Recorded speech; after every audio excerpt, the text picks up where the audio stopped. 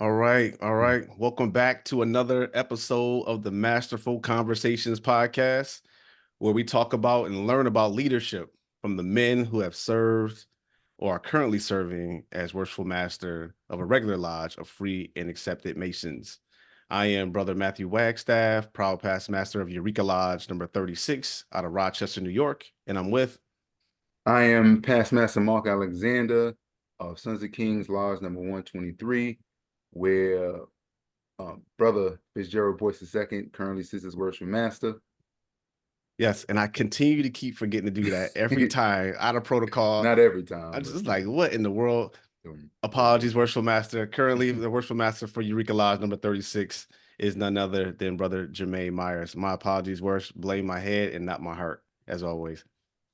We both hail from the Most Worshipful Prince Hall Grand Lodge of the state of New York. We're currently serving as our Grand Master is Most Worshipful Gregory Robeson Smith Jr. Before we introduce our esteemed guests for this episode, we have a quick disclaimer. Information shared on this show is intended for educational and entertainment purposes. The views and opinions expressed do not express those of any Masonic Lodge or Grand Lodge. It is important that you do your own research and consult with the proper office in your own jurisdiction. Absolutely. Also, please continue to subscribe to the channel if you're watching on YouTube. It's been really, really helpful to help get the word out, help to get the episodes out to everyone who's interested in hearing what we have to share. So we much appreciate your support through liking and subscribing to the channel. So today we have the privilege to have Past Master Timothy C. Wooden, who is a Past Master of Electric City Lodge, number 49 in the great city of Niagara Falls, New York. Past Master Wooden served as Worshipful Master in the years 2005 and 2006. He is also a past potentate and past deputy of the Oasis. He is currently the District Deputy Grand Master for the 7th Masonic District of the Most Worshipful Prince Hall Grand Lodge of the state of New York.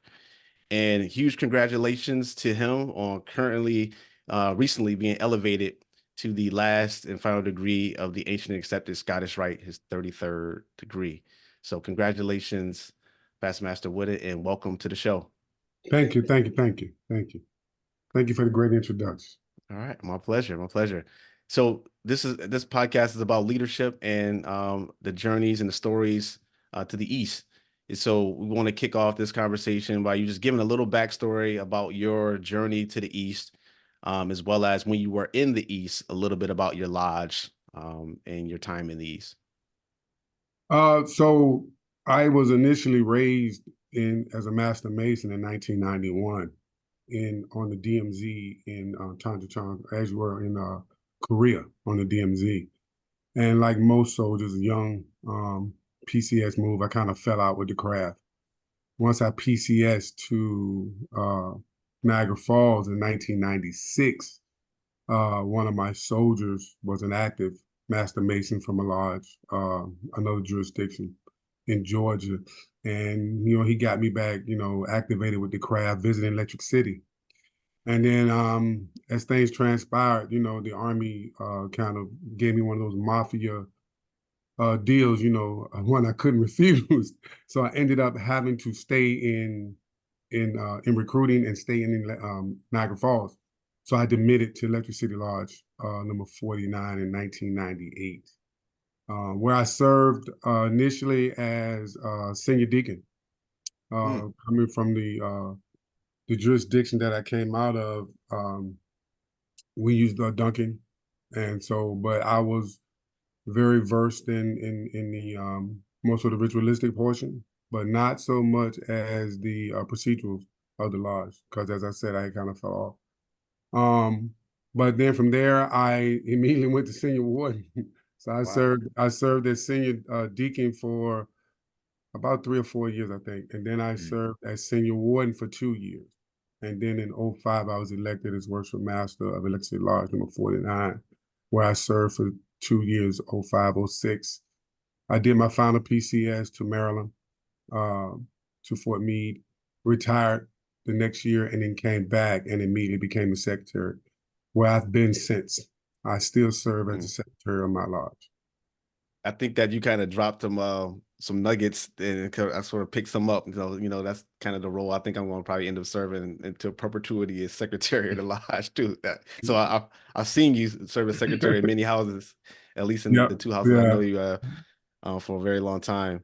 So when you were in the East, did you have first of all, PCS, for those who don't know what that is, who aren't in the military, can you explain what that is just briefly? My apologies. A permanent change of station. Okay. Permanent change of station. So that, it means you're moving your family, you're packing up and you're going. And I was slated to go to Germany. Mm. But as I said, they did some stuff and just said, hey, well, no, you're going to take this promotion or you're going to sign this letter saying you turned down promotion, which means you'll never get promoted again. So it was one of those offers, like one of those mob offers. Just what was I to do? So, and I say that because I'm not originally from New York, especially not from West New York. Wasn't used to the cold and did not want to be here. But God moves in mysterious ways, and everything that I didn't want to do actually turned out to be the best thing for me. Yep. And joining the Legislative Lodge was one of the best things I ever done. Admit. Understood. So when you were in the East, tell us a little bit about the lodge. How large was the lodge? How many members? Who was the Grand Master at the time that you were in the East, and any of the things that you focused on? So I went in 05. Our lodge has never been a bit. Well, let me say, I can say never. Historically, as I'm told, I said I'm not from the area. It was one of the largest lodge in the 7th District with almost 200 members. But as factories and things closed in Niagara Falls and people left, then so did the membership. That's one of the things people don't really think about. I became a Mason because the people I worked for were Masons as a young soldier, and they would, hey, and you'd ask questions and so forth and so on. So that's not so much around here anymore. So membership suffers. So when I got there, they were sitting on about 30 or 40 members. A lot of older brothers in the lodge, good brothers. And then, as I said, I started as senior deacon, and I say 3 or 4 years because I served about a year or two for my demit as a visitor before my demit went through, and then I finally demitted, and then I think I did 2 years. But coming in as master, I came in with challenges. We had issues. The lodge had issues, and had gone through a real bad situation with taxes and things of that nature. My predecessor, who was a good man, one of my mentors, past Master Charles Peterson, God rest his soul, I was his senior warden, and our building under his leadership, we moved from a dilapidated building into where we currently rent now. So I like to tell, as I told the person that followed me, past Master Peterson built the ground floor by moving us from that bad situation to a better situation. I did the middle chamber by paying off all the debt. Now you must, complete the inner sanctum by building up the membership. And needless to say, that didn't necessarily go quite as planned, but he had challenges given what I said earlier with the population and things of that nature. So immediately becoming Worshipful Master, I inherited $11,000 in debt to Grand Lodge for back taxes. And I inherited $30,000 or $40,000 to the city of Niagara Falls that we owed, among other things, utility companies, all those type of things. But one of the things that when we're talking about leadership, I wanted to stress is that a lot of brothers come into craft thinking leadership starts when they become master. And leadership really starts, man, when you're sitting in any seat. Like for me as senior deacon, and it got to be a certain level of pride, but I would sit there and mumble the opening and closing with the masters and the wardens as a senior deacon. So when I became senior warden, I knew my role and my part. And then when I became master, I was ready and prepared to do that. But one of the things I say that is I also recruited a lot of people I worked with, one being past Master Daniel Davis, to come in while I was senior deacon and senior warden, looking towards the master seat, knowing what I had in front of me. As we were talking earlier, you got to get a team that's going to work with you. So I made sure that I had people around me that thought as I thought, they had the same vision I had, and was willing to work with me. So then I wouldn't have to go through all this people quitting and not doing that type of thing. So I like to tell brothers, don't let your leadership start. Leadership doesn't start when you get to the chair. It doesn't even start when you become one of the wardens. It needs to start from the time you take an appointed seat.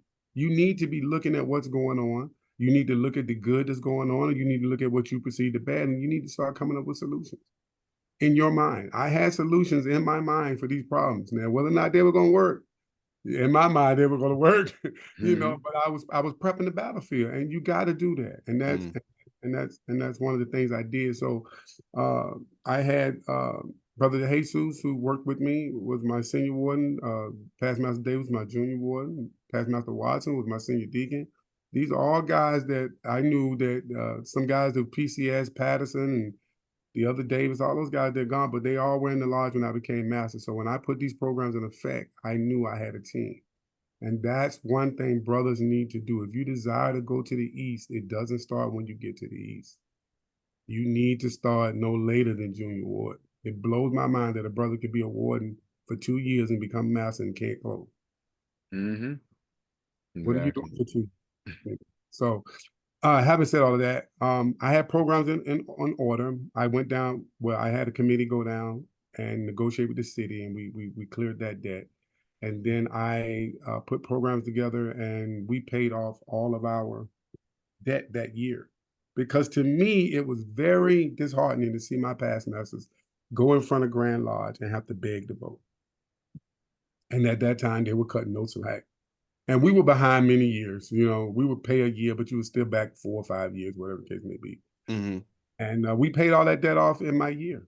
We paid it off in that 1 year. And I want to give a shout out to Right Worshipful Emeritus Patrick Freeman, who was District Deputy Grand Master at the time, who had most all of the lodge participated and came in and gave us a donation. And at the time, we had paid off the debt, but it was good because it put money in our coffers just so we could have some money, because we went flat broke paying off everything. But he did that, and from there we started off with a clean slate, and that's why when I came back, I immediately became secretary, because okay, now we're not going to get in debt like that. Before Grand Lodge mandated us to have 2 bank accounts, I had 2 bank accounts, because they were putting all the money in one bank account, and then they were allocating the funds, and and it was just, now it's time to pay Grand Lodge, and we don't have the money. So anyway, but that was what I walked into, and we fixed it. And I will say we, because those brothers and the older brothers that we had, we put work together. And then more so too, I would say it was fun. We had fun in the sense that doing the work. When I first got to Electric City, they weren't doing any degree work. They were, the district had like a team, and everybody was going, that just makes you, nobody knows how to do degree work. So me and my team, we started doing degree works, and a lot of the brothers, past masters, right worshipfuls, GIGs, we did their first and second degree during that time period. So we took pride in that. And we would meet, which was wrong at the time, but we would meet Sunday mornings before the games, and we would go through all our opening, closing, and all of our work. And we became pretty proficient at it. So it was a good time. It was a good time. Well, I'm assuming what you're doing was a rehearsal. It wasn't an actual meeting. So no, it was all class. It was all study class. Yeah, exactly. Thank you. So but what we were wrong at, it was Sunday. Yeah, I guess, but I know they said according to the Constitution, there's no work on Sunday, but I'm assuming that's just we can't actually have business, get business on Sunday. But that's it wasn't business. It was all. That's what I'm saying. Rehearsals, yeah. That's a good question to be brought, because we always have events and everything on a Sunday. Why can't we rehearse on a Sunday? So that's a good houses meet on a Sunday too. So. Yeah, exactly. But I know within a blue house, the Constitution says one thing. So that's a good question. Is there a difference? Like, is rehearsal okay on a Sunday? That's a question. No, it wasn't, because they found out what we're doing. Oh yeah, okay. Okay. It wasn't. And our thing was to get there at 9 o'clock in the morning and get it done and be home by the time the football game started. But we were actually getting work done. And I must preface this to say this: as recruiters, we worked 6-7 days a week. Early night for us was 5 o'clock. We didn't get on to 6, 7, 8 o'clock at night. So Sunday was really the only time that we had. And those men were giving up their Sundays with their families to coming in. But they loved the craft, and they loved what we were doing, and it worked out for us. Definitely. But just real quick, what jurisdiction did you come from? Were you in the military? My career, that's Oklahoma. Oklahoma, yeah. I know Oklahoma and Washington, a lot of them. Washington does Germany, Oklahoma does Korea. Oh, okay. Oh, that's the situation. Okay. Mm. Now, you also said there's you brought in some men to help you, with the right mind state and stuff like that. Now, I sometimes people have a little, I don't want to say the caveat with that, because when you bring in people, I know I'm pretty sure, not even knowing you, but I know you wasn't thinking this way, to the fact that a lot of people might bring people behind them to be their followers. So no matter what they do, I got them on my side. Like, I got them in my vote in my pocket. I got them, and I'm pretty sure you had no way of thinking about that. You just thinking of men that was good for the order in general, correct? Yeah, these were men that were interested in masonry Mm-hmm. regardless, because Prince Hall Masonry is very big in the U.S. Army. I Mm-hmm. can't speak for other branches, but in the Okay. Army, it's very big, very very Mm-hmm. big. It's Mm-hmm. like college fraternity type. You know what I'm saying? It's like my son was raised in the desert while he was deployed in the desert. Okay. You know, Mm. why he was Mm-hmm. in it. Well, I take it back. He wasn't. He was raised in Hawaii, but his other houses, he's all Mm-hmm. York, right? He got Mm-hmm. all of houses in the desert while he was deployed. Okay. So what I'm saying is the command understands the importance of Prince Hall Masonry, and they make concessions. Like I was on the DMZ, they made concessions for them brothers to come up there from Camp Casey to give us the degrees. Mm-hmm. You see, so I say that for that. So I say that to say that these were men that were interested in masonry, but they understood. And one thing about leadership that we learn is you must lead by example. So I don't need yes men. What I need is somebody that shares the same vision. And when I give you a task, I need to complete the task and understand that when I check up on you, it's not personal, it's business. I'm Mm-hmm. checking up on you because I need to make sure that the task is completed. You don't expect anything that you don't inspect. Mm. Mm. Expect you to accomplish it if I ain't willing to inspect it. Mm-hmm. If you can't take it personal, it's business. Friends is friends, but business is business. And if you're really my friends, you won't mess with my business. Mm. Mm. Definitely like that. And that's So one of the hallmark question that we have for our podcast is, what is effective leadership? So what is effective leadership to you? So leadership, the definition of leadership is, to me, is the ability to influence others to accomplish a mission by providing purpose, motivation, and direction. So, and that's the one thing people forget. The big word is influence. You must influence people. As me and the past master talked about, as he says all the time, this is volunteer, but you must have a certain level of influence over those men. And how do you do that? Because we're all men, but you got to have certain attributes. You got to have a good character, you got to have presence, and you got to have a good intellect. And your character and masonry, is being an upright man, be somebody about your word, not all these, to me, not all this backdoor stuff, in any organization that you see. Your presence, to me, it starts, if you're going to be worshipful master that night, you close your lodge. You close your lodge night that's strong that night, that shows a presence. Because they'll walk out there and say, oh, we ain't got to come out here. They got it going on. You might not know nothing else, but they'll feel good about you that night. And that's the presence. And also in front of your brethren, when you know your work. Meetings sometimes take long because people don't know how to do the work, and we struggling trying to help people move motions and things. You got to prep. And then finally is your intellect. Get into your ritual, get into your constitution before you get to the seat. Mm-hmm. And anything you don't know, don't be willing to go in there and find out. Nobody knows all the answers. But I tell you what, if I don't know it, I show how to know how to read a regulation, or I know how to find somebody who know how to know what the answer is. And those things, those are attributes that a good leader has, and that's how you influence somebody. Purpose.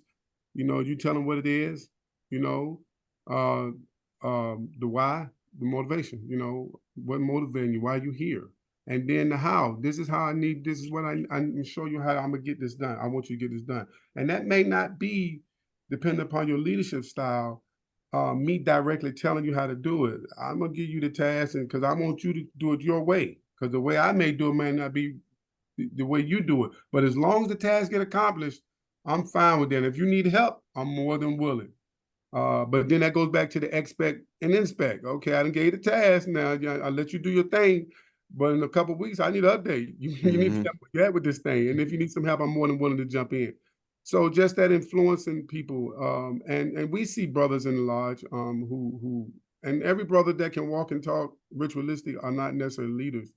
Leaders are not necessarily managers. Some people are managers, some people are Mm-hmm. leaders. It's that influence part that separates the two. You need to hold nothing over your head. You know what? Because I know the same thing I did with the guys that work for me. You lead by example. They'll walk through a wall for you. All you got to do is have a good character and take care of those guys, and then they'll take care of you. Take care of the mission, take care of your people, and they'll take care of you. Definitely. That closing part is definitely key. I know I tell brothers in my district the same thing, and if whoever listened there notice that the same thing I learned. And from when I closed the lodge the first time, my first year, a brother came up to me and was like, "Oh, you renewed my faith in Freemason just for closing the lodge the way I was supposed to." So that means how many times you've seen it not close. Yeah. I would say this too. When I demitted, so I had never seen, because the older brothers in my lodge didn't do the closing charge. So I went and visited St. John's Lodge, and I was senior deacon in, and Worshipful Freeman was just becoming master, and he did the closing charge, and that impressed me so much. I said, when I become master, I'm going to do the closing charge without a book. And because we rent from Four Letter brothers, okay, they were at my election. So I had all of the heavyweights from our district there, but I also had all of the heavyweights from that side of the house there that night when we closed. And we closed, but those Sundays is where we rehearsed. We rehearsed those Sundays. We knew it was coming. So for like 4 or 5, we were ready. And I tell brothers, it's a timing thing. You just can't sit off in your own little corner and study and think it's going to be good. You have to train like you fight. You know, if you're going to speak out loud in the lodge, you have to go somewhere where you can actually say this stuff out loud. You can't just sit there and read the book and think it's going to flow. And the master and the wardens, they have to have a flow. They have to have a timing, and they need to work together. So one of the things I do, I'm also the dean of my lodge. Before we start class, we open the lodge. Then we have whatever class we're going to have, and then we close the lodge. That way, all of the officers get some repetition, and then whatever the subject of the day is, we'll handle the subject of the day in between, and then we'll close the lodge, and then we depart. So that's just a technique I use to make sure to try to help everybody. Now, attendance is something else, but but if everybody's coming, everybody's getting their work in before the meeting, and it helps everybody out. Yeah, that's definitely a good idea. Just real quick, of course, you mean 4 letter, you mean brothers from the Grand Lodge in New York? Yes, sir. All right, so they 3 letters, so they're not 4. Well, you know what? I used to say 3, and everybody told me I was wrong. Nah, they 3. 3 letters. Thank you. Yeah, I just want to make sure, because I don't want nobody thinking you got me playing the sign, brothers. Well, you know what? Wait a minute. I would say 3 letters, and everybody was saying 4. I guess they counting the and, but I was yeah, letters as well. Yeah, they 3. Okay, they same as us. Same as us. So, but yeah, we rent from them, and they're gracious hosts. They give us the run of the building and stuff like that. But they were there that night. They're district deputy grandmaster and so forth and so on. And and they told me, hey, we don't do all of that. We don't do all of that. Y'all doing. So, but it was good, impressive to see you guys do it with our books and stuff. Yeah, that's fantastic. And the influence piece is always huge. That's a paramount definition of leadership across the board, no matter who you talk to. And a lot of the brothers who we've had on the show have also spoken to the fact of relationships really being a key pillar to the ability to influence. And so I just wanted to follow up with this question around the fact that you were able to bring these men in who were eager to be Masons, but also you already had a previous relationship with them, and you sort of knew who these men were that you were bringing into the lodge, at least to some degree. They weren't just complete strangers to you. Do you think that your ability to influence your relationship with them had a better ability for you to influence relative versus if you were if you were to not have them in the lodge and essentially have to work with the men who are already there? I would be crazy if I say that me having a relationship is a good thing and a bad thing. Here again, I go back to lead by example, because they know you, so they know you.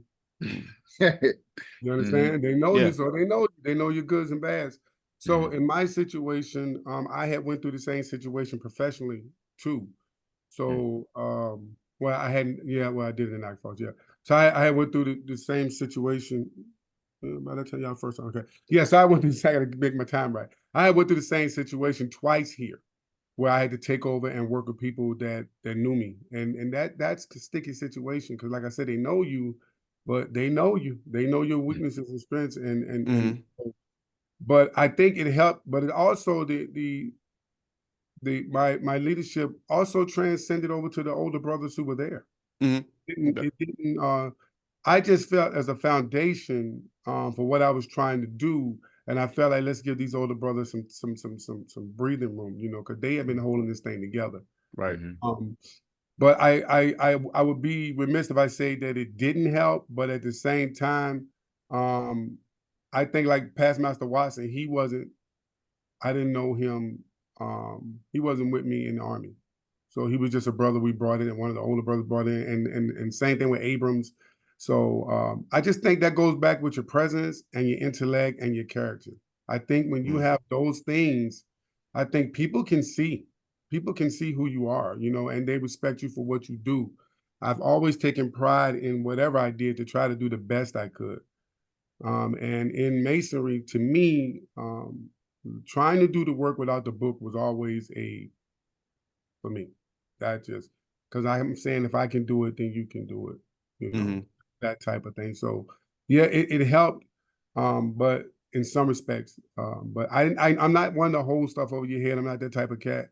I am the type that if you want to do it, I'm going to motivate you, give you every incentive, everything I can. If you don't want to do it, then I got to move on to the next one. As I tell people, you're not God gifted masonry. You're not God gifted army. Masonry been here for over what 400 years. It'll still be here, whether you in it or not, bro. So we just got to keep moving. So, but if you give, I think another thing with leadership that I see wrong too is everybody try to do everything themselves. So guess what you're not doing? You're not involving the people that's around you. So now they feel like they're coming to the meetings and they're sitting on their hands. Get them brothers, give them a task. Believe you'll be surprised if you give the lowliest brother a task and check on him, how excited he'll feel to show you that he can get it done. But when you don't, you only have a select few that you kind of leaning on. And I got a human nature. Let me lean on the ones I trust because I know they're gonna do it. I got it. But you got to also develop, you know. And so you check that new guy, you give him a task, man. Go down there to the hotel, and I want you to try to set up this ball. These are the questions I need you to ask. He'd come back with bullets on to show you that he did it and did it right. Yeah. No, it makes sense. But so transitioning from your first year to the second year, and maybe you already covered this kind of as you were speaking about it. How did your leadership either change, evolve from one year to the next?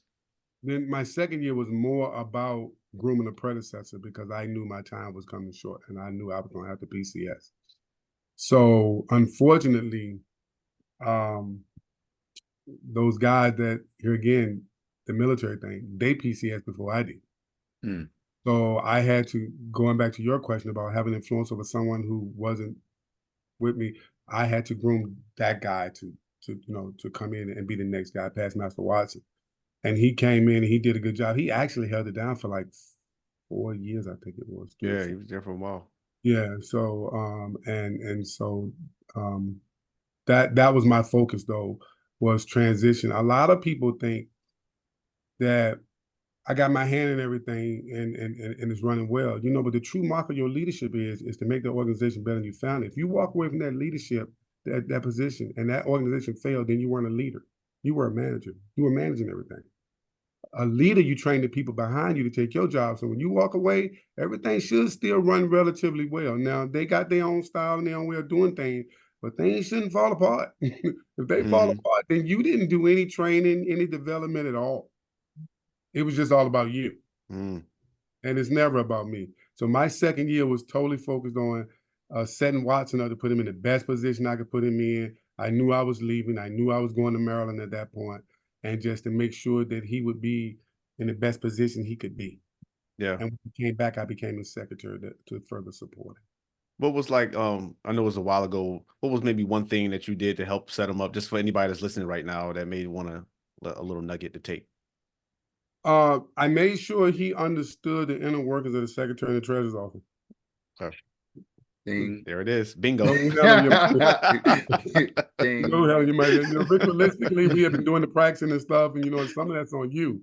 But I made sure he understood the secretary and the treasurer and how to move motions and stuff like that in the lodge. And I tried my best to make sure that he understood how those things, the process for moving money, and not even beyond the motions. They're like, okay, got to be in the bank by X amount of days. You need to show me that type of thing. So that, we had got out of a financial situation and I didn't want us to get back into it. Even though I had PCS, my family was still here. So I was still coming back and forward. I would catch a meeting every once in a while when I could. But that was probably the main thing I think that I made sure that he understood the workings of the Secretary and Treasury Office. Yeah. We've heard two things consistently on this podcast is train up the next leadership team and then make sure that they understand how the treasurer and the secretary, how they work in this space. Those have been consistent themes in terms of understanding the operations of the business of the lodge. Yeah. As well as grooming the next nonprofit, but it's a business. Yeah, definitely. I mean, and then you also have most of the time those two seats are past masters. So you have them there for wisdom at the same time. You should be able to know their seats so that they just don't know yours. So that so they don't be trying to run the lodge from those seats. So you got to. That's what one of the reasons why you got to make sure you know their position in the Constitution, so that you could be standing on your own too, as they say now, standing on business. There you go. When you're in that East, and that'll make the brothers proud anyway. Yes. And also too, we were in a transition too at the time. Grand Lodge has a different type of form. So some past masters be stuck in their ways. They don't want to, and they don't always go down to the because when we used to have classes at mid-year, I used to always go into the Secretary of Treasury, even as Worshipful Master, slip into their meetings because I'd probably be secretary, but also I could understand what was going on, what they're saying, and so those type of things I always try to impress upon. And then the other thing is just I go back to the delegation piece. You got to be a situational leader. That's what brothers got to understand. You can't be autocratic all the time. You can't be democratic all the time. You can't be participatory all the time. You gotta incorporate all styles of leadership. But the key to a great leader is when. Some brothers you gotta hug and kiss and say, "Come on, bro," and some of them you just gotta downright curse out. But that motivates them. The key is to know who and what to do to who. Because you don't want to curse out the wrong one. Right. And you don't want to hug on the one that don't need that. So you got to really be a very observant person. But be a situational leader. Let the situation dictate your leadership style. Sometimes, you walk in there and, hey, man, what do y'all think is best? And sometimes it's like, no, this is what we do. Okay, and can somebody help me with this? Those are three different leadership styles. And sometimes you just got to do them all. Yeah. That goes back to knowing your brothers, like we've been hearing over and over again. Know your brothers. Yeah. That ain't just having a drink together. That's really getting to know them guys. Yeah. Outside the actual business of the lodge, getting together, knowing their situations and their families and stuff like that. That's very important. And their ability. And their abilities. Definitely. I mean, even to the point that their strengths and weaknesses, so you can even help them with their strengths or their weaknesses, whatever one they're working on. We all supposed to be helping out each other in every situation anyway, because the whole thing is for all of us to get better. So even through all these problems, that's what's actually improving us as men and masons. As men, that's right. So that's the positive spin we got to take on some of this things, because if Freemasonry was perfect, I don't know how we would get better. Right. You're right. True. You're right. You're absolutely right. You're absolutely right. Yeah. So you did mention a couple of the mentors you had during your time, and even during your time in the East. But do you have any other particular brothers that you would like to highlight at this time as mentors during your whole role in Masonry? Yeah, past Master James Jackson, the brother I told you that worked for me, who got me back, started, and he actually worked for me, and he convinced me to go back down to that. Because see, one thing about it is when you get away from it, you get scared. You get scared to go back in the lodge because you're afraid that you don't want to be the one that don't know nothing, because you don't know nothing, and then in that life, like my son now, he's stationed in Fort Eustis. He was raised in Hawaii. He ain't been to a lodge in years. So he go back in there. How comfortable is he going to be? So James L. Jackson, he's in Texas.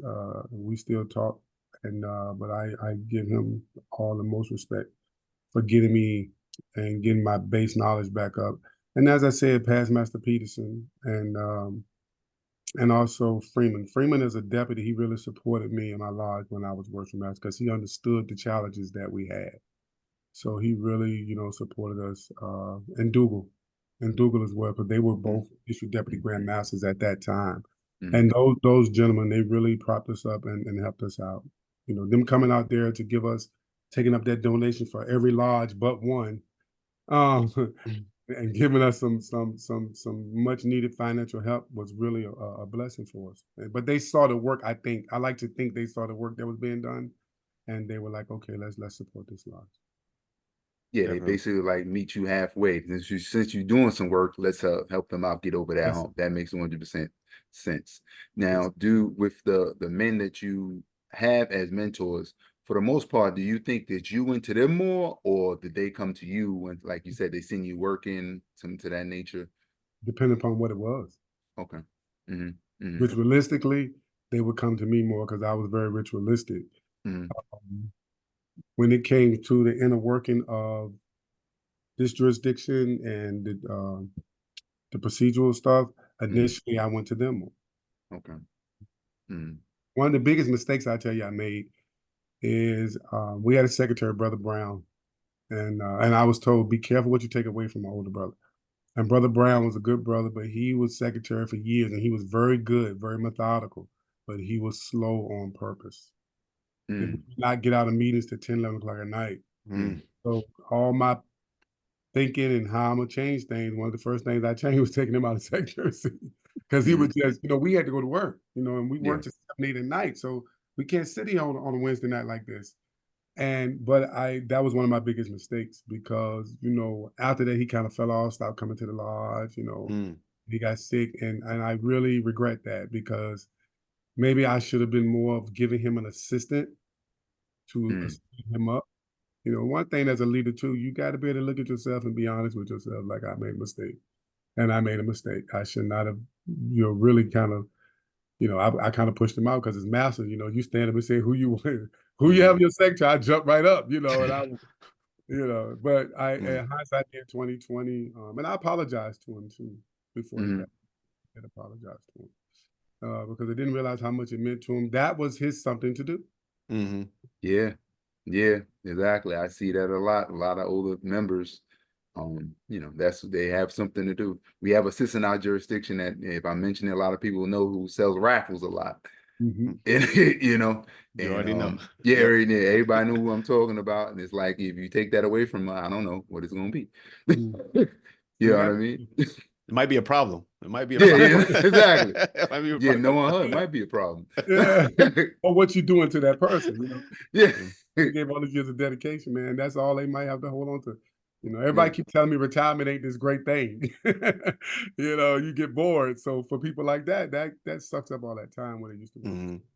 Yeah, very much so.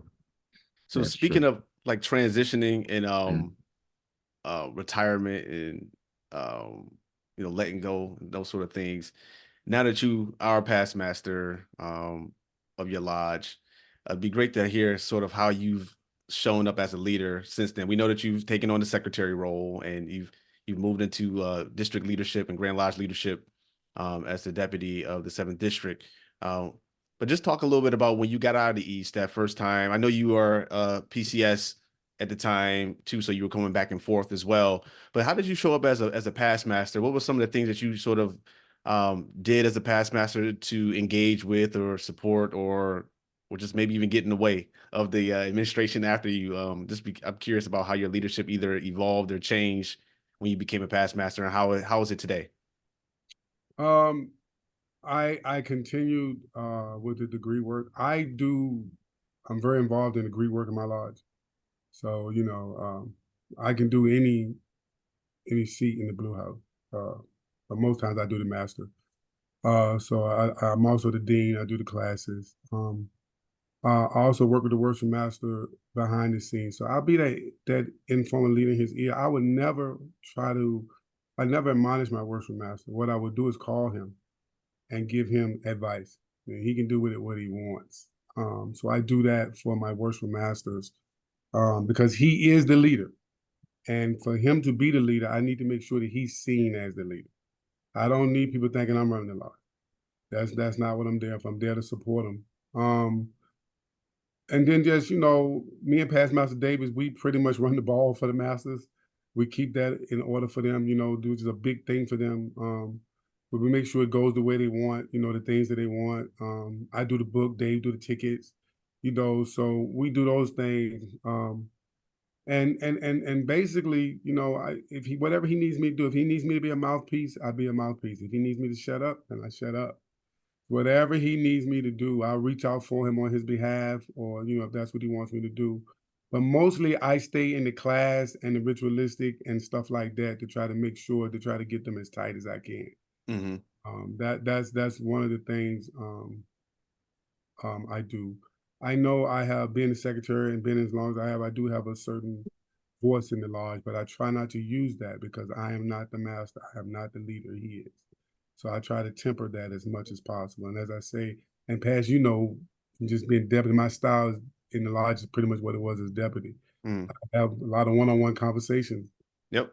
with my master, and that's just you and I, and you can do it how you want to do it. So that's what I do. I stay involved as much as I can, as many things as I can for him. Yeah. No, I can definitely attest to the leadership that I've seen from you currently, just being the deputy of our lodge in Eureka here in Rochester, and our conversations we had over the last 2-3 years. And so no, I definitely appreciate that. And no matter how high you elevate in the lodge, you always an even keel, Yeah. brother. You don't get too high, you don't get too low, very even keel all the time. So I appreciate that. And it's not overwhelming, but also know that you know how to handle your business when you need to. So I'm not concerned about your as you say your intellect, but your presence is such that I know that you're not going to overreact, but you also able to pick up the ball and handle your business if you need to. So I appreciate that personally. Thank you. Now, as you are pretty much a very influential member of your lodge, but you know your role in your lodge and how to play it. And we talked about earlier about training the people behind you.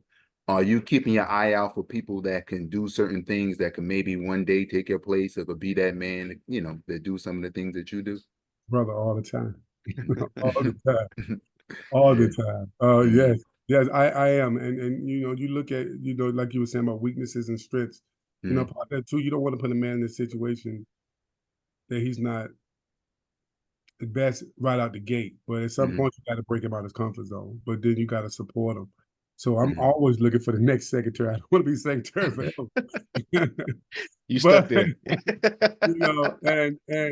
but but you're not looking to be replaced until hopefully somebody comes along like let's see right. And until they hopefully go to the east and do all the things they want to do. Because I feel like once you go to the east, could I have ran for another year's master? They'd let me stay as long as Past Master Taylor did. Past Master Taylor stayed for 11 years. Wow. They would have let me stay for that. No, I need to get out the way. You need to let somebody else do. He did 11 years off and on between, but you need to let somebody else have their day in the sun. So, so hopefully we're looking at a group now. We just brought in a good group of brothers, 4 of them, and as the master we got now, I'm looking at training him to maybe take either me or Past Master David's spot as the secretary or the treasurer if one of us decides to. And then hopefully bringing on around our new master and our wardens and so forth and so on. To me, it's always about that. I'm always a forward moving person. I'm always looking at what's best for the organization. And here again, I as you know, I did time in the Army. So one of the Army's principles is once the leader go down, the next person's supposed to step up and just take it and run with it. You should never be afraid of somebody taking your job because you should be looking at the person in front of your job. So, you don't be jealous of apples that fall from the tree and be brighter red than you. You sit back and you smile and you marvel at that. So that's just my philosophy. So Say that one more time, Dep. What about the apple? Yeah, say that one more time. Yeah, you never get jealous of apples that fall off of your tree and they shine brighter than you. You just sit back and marvel at that. As an example, I can be quite honest. When I was here working, Past Master Davis worked for me. And when he left here and went to Brooklyn, and he got promoted to my level, I had some challenges here in Syracuse, different market. But he went down and he accomplished things that I didn't. He became #1 in his battalion as a company. a couple of times, you know, and he called back and said, "Hey, man, you know, it's the things that you did with us." I didn't get jealous of that. I was very happy and very proud of that. I sat back. Mm-hmm. I had a little bit of a part in it, but he did it his way. He's his own man. But if I was one of those people, I'd be like, well, why he, you know, I'm jealous, you know, because he got these accolades. No, and he earned them, man. And hopefully you feel like you get a part of it. So if I have a master comes in our lodge and he can take that lodge and grow the numbers and do some community projects and grow the numbers of members in the lodge, man, listen, I'm all for it. I'm going to help him. Exactly. All Yeah. I can. Because all I like, Electric City's been here since 1911. Okay. I like to see it be here another 100 plus years. That's what I like. Yeah, that should be the focus on all of us. Yeah. And like you said, you know, that's we the tree. If there's somebody comes from our tree and does better, that we all should be happy. I mean, that's the purpose of planting the tree, right? That's it. I pray my son pass me. He on my Yeah, heels. exactly. He on my heels. I pray fast me. I pray. Yeah. Yep. Yep. Yeah, Yeah, that's how that's it an should interesting be. point though too, because I think we had chatted about this on the thread, the jurisdiction. It was like, a tree by the fruit it bears. So it's kind of like a little egotistical as well to say like, well, the fruit that I'm bearing, like, is this the type of fruit that I want to bear? But even if it's shining or if it's not shining, because all fruit ain't gonna. Yeah. So you can get a little egotistical in that space where you want all the fruit that could fall from you to shine. Not that you want to get jealous of it, but you just want the fact that you want it to shine could be a little of an ego boost if you're not conscious of it and aware of it as well. So it's And you good. got to understand as a leader that everything that happens or fail that happens is your fault or you get the reward. So the Mm-hmm. more they shine, then guess who shines? Mm-hmm. Mm-hmm. So if I have a Wow. brother become Master Mason of the Year and I'm the Worshipful Master, then that looks good on me in my life. Yeah. I ain't got to be Master of the Year, but if he's Brother of the Year, then that's good for my lodge. That's so Exactly. hope brothers look at that and take that like that, and just sit back and get that man his due. But also if you feel you had a hand in it, hey. Yep. Yep. Yeah, 100%. I like the year I was in the East. Well, we had two brothers that won Master Mason of the Year for different organizations. One for the Electrical Square Club, and one for the Police Square Club. I mean, I'm not taking no credit for it, but it was just happened to be. It still gets shined to Sons of Kings, so Yeah, that's all that matters. And without a showing that doubt. they're doing the good work out there in their communities and in their organizations and their work As a too. lodge, you're grooming them. As a Yeah, lodge, yeah, yeah, exactly. Whereas as the one of the lectures says something about the influence that we get from other people shines into the summarize it anyway. We borrow some of their luster and within the craft. So that's the way we supposed to look at it according to our ritual anyway. that's So right. that's what that's about. Now, I know Wagstaff usually asks the going back to the East question. But I'm gonna ask it this time. If you had the chance to go back to the East in 2025, of course it's theoretical, and I don't think you want to go back. I know it's a lot on people, but theoretically, what would you focus on in the next year? If I was to go back as Go back in master, the East. my Yep. focus would be membership, increasing the membership in my lodge, increasing our presence in the community. The one issue we have with our lodge, because of the brothers we're bringing in with military brothers, they didn't live in the Falls. They live in Buffalo. They live in Cheektowaga. They live, in other suburbs around the city. So we don't have many brothers that are active brothers, the grassroots in the city. And I've been here now 25 years. I married my wife here, but I'm still not somebody when they go back and say, hey, remember back in such a day, this track 3, I'm from Virginia. I don't know nothing. But you need brothers like that. Like I'm quite sure where your lodge is where you grew up, Mm-hmm. Need brothers like that because you can pull people, community history and stuff like that. So my folks would definitely be to do more community events, get more involved, and we do good things. We just did for Mother's Day. We just served breakfast to the mothers in the city, along with a former legislator. We do that every Thanksgiving, but we need to do more things. I think one of our problems is we don't take credit for things we do. We do a lot. We don't take credit for it, and we give. Uh, we support various organizations and their things and their efforts to help, but we don't either get credit or we don't take credit. And I think we need to do that because that's when, and I tell the brothers, every time we do an event like Thanksgiving or feeding the mothers or men standing strong, which is coming up in August, then you have 2 or 3 people say, hey, well, I was thinking about joining. Why? Because they see you out there doing things. Mm-hmm. So if you're not out there doing things, then they don't know you're there. And then so we always get 1 or 2 petitions out of events like that. So that's something I would, that would be my focus. That's what would be my total focus. Increase the numbers, that would lighten the load on the brothers that's there, and then we can start filling those seats and then moving, looking for the next leadership and the next phase in the largest chapter. Yeah, your point on not taking credit for the things we do is very valid. I know they harped on that Supreme Council session because they came out with the picture about all the things that the Supreme Council does between the all the sisters and all the little ladies and all the community work we do and all the charity and all the 2 towers we own down in Philly for the old folks and things like that. So it's important that we get our word out, is to show that we're actually effective in the community, that we're doing something, especially with all the bad rumors about us being worshiping the devil and all these other things like that. Yeah. It's good to show the world, not that we need the credit or doing it for the credit, but just to let the world know that we're here in case, they might need us. If there's anything, then we can help, any way that we can. And that's what we always have done as Prince Hall Mason since going back to Prince Hall. So it's definitely a good thing that we get that thing. I know in the Grand has been focusing on that a lot this year also, because a few things that we did, we got into different newspapers and things like that. So that's definitely a good look for us in general. And as a leadership tool, it's a recruiting tool. We can't actively recruit, but by being present, you're subliminally recruiting. Now, I will tell you, I went to a pop-up shop with my wife, and the 3-letter brothers set up a tent to recruit. Yeah. Straight up. With brochures and all that. Brochures and the whole line. Yes. And we can't do that. So, which I'm in total agreement with, but being at these events and doing things within the community, we just did our city cleanup, our beautified Niagara. We did that. Those things, you kind of subliminally recruit. People see you, you kind of St. John's Day, Prince Hall Day, people want to do it at 3:00 in the afternoon. Well, churches can't even get people to come back for their men's day at 3:00 in the afternoon.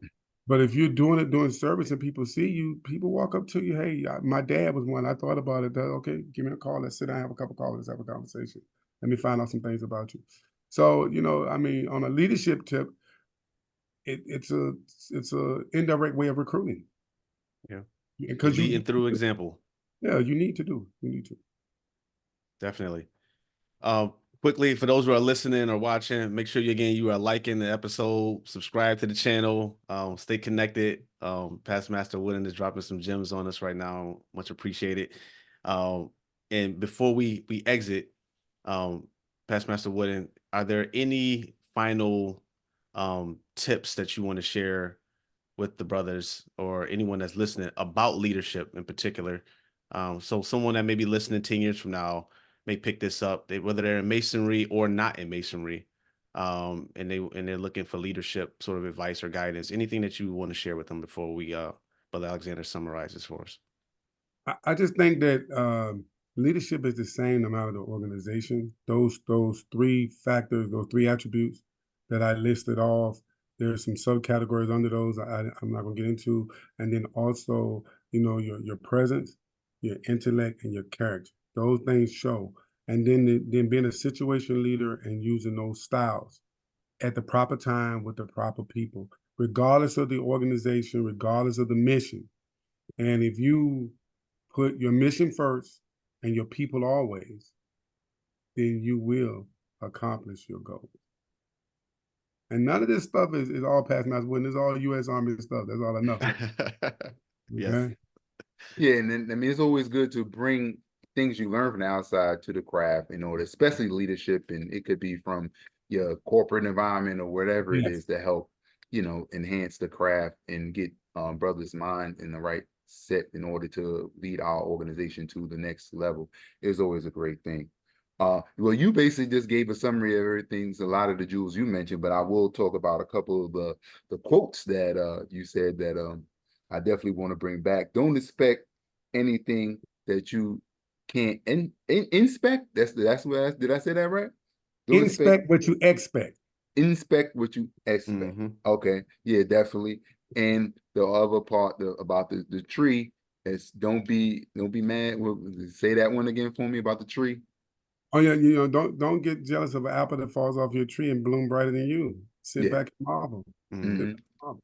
There you go. So that's the two nuggets on it. I'm gonna say on an allegorical way, as us as Freemasons could take away in order to help us be better leaders. And I thank you, Past Master Wooden, for being on the show with us. This is my first time getting a chance to talk with you and meet with you, and I look forward to be able to chop it up with you in the future. Oh shit! Thank you, brothers. Thank you so much for having me. I appreciate it. I think this is a great thing you guys doing. I watched a couple episodes before I came in, so I know what I was getting myself into. But I appreciate it. I think you're doing a good thing for the craft. I will definitely subscribe. Thank you so much.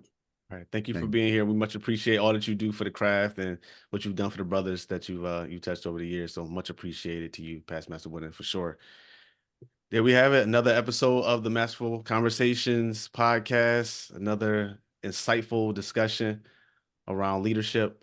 Uh, Remember that the world needs leaders, and leadership begins with ourselves. It's hard to lead other people if we can't lead ourselves. So we hope and pray that everything that you heard today, or some things that you heard today, will help you in your leadership journey, whether you are in the craft or not in the craft or outside in the community. Until the next time, stay tuned and God bless. All right, gentlemen, have a go.